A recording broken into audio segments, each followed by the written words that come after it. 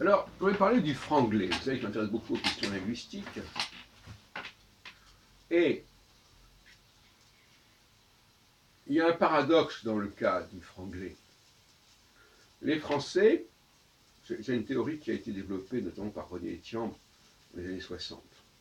Parlez-vous franglais? Je crois que c'est un ouvrage qui est paru dans la collection Idées de chez Gallimard, entre autres. Et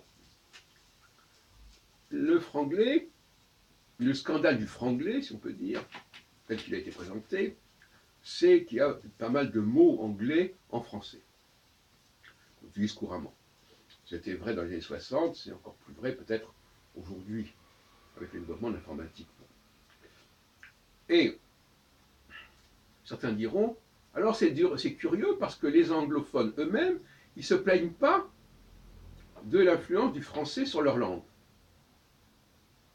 Or, pour tout linguiste qui se respecte, il y a 100 fois plus de mots français en anglais que de mots anglais en français. Comment expliquer ce paradoxe? Eh bien, le paradoxe, il est lié au fait que quand on est, par exemple, quand quelqu'un tousse, bon, ça veut dire qu'il a quelque chose qui ne va pas. Il essaie d'évacuer, comme quand on éternue. Mais quand on ne tousse pas, quand on n'éternue pas, soit ça veut dire qu'on est en très bonne santé, soit qu'on est très malade. Et que l'organisme n'est même plus capable de rejeter ou de protester contre. De même que la fièvre, par exemple, peut être un signal de bonne santé dans la mesure où on réagit. Il y a des anticorps, etc.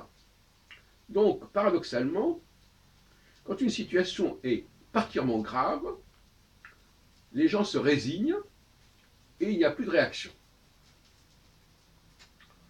C'est-à-dire que c'est allé tellement loin qu'on ne peut plus rien faire. Et bien c'est ce qui se passe dans le cas du franglais. Les Français réagissent parce que le moindre truc de ce genre-là les interpelle, mais parce qu'en réalité ils ont une très bonne santé au niveau de la langue. Et les anglophones qui sont très malades sur le plan linguistique ne réagissent pas. Voilà. Et c'est vrai dans beaucoup de domaines. Par exemple, moi, je peux réagir vigoureusement quand j'entends quelque chose qui ne me plaît pas, et d'autres personnes ne réagissent pas, non pas parce que ça ne leur plaît pas, mais parce qu'ils se sont lassés, ils ne sont plus capables de réagir. Il y a tellement de trucs qui ne vont pas qu'ils ne peuvent plus réagir. Donc là encore, des gens qui vont apparaître comme tout à fait normaux, parce qu'ils ne toussent pas, ils ne protestent pas, ils ne se manifestent pas. Et en réalité, c'est le signe qu'ils sont très très malades, très très atteints. Voilà un fameux paradoxe. Alors vous savez que j'aime beaucoup les paradoxes, parce que, et là c'est dans le cadre de ce que j'appelle la politique de droite, parce que je défends une politique de droite. La politique de droite, c'est d'expliquer les choses. Et quand on ne sait pas les expliquer, eh bien, on prend des décisions ridicules. Bon, ce que fait la gauche. Et finalement, dans bien des cas, on peut trouver une explication, mais c'est souvent lié à des paradoxes. D'ailleurs, récemment, dans un café philo McDo, on a beaucoup parlé des paradoxes. C'est des paradoxes qui nous empêchent de voir les choses telles qu'elles sont et qui créent un sentiment d'incompréhension.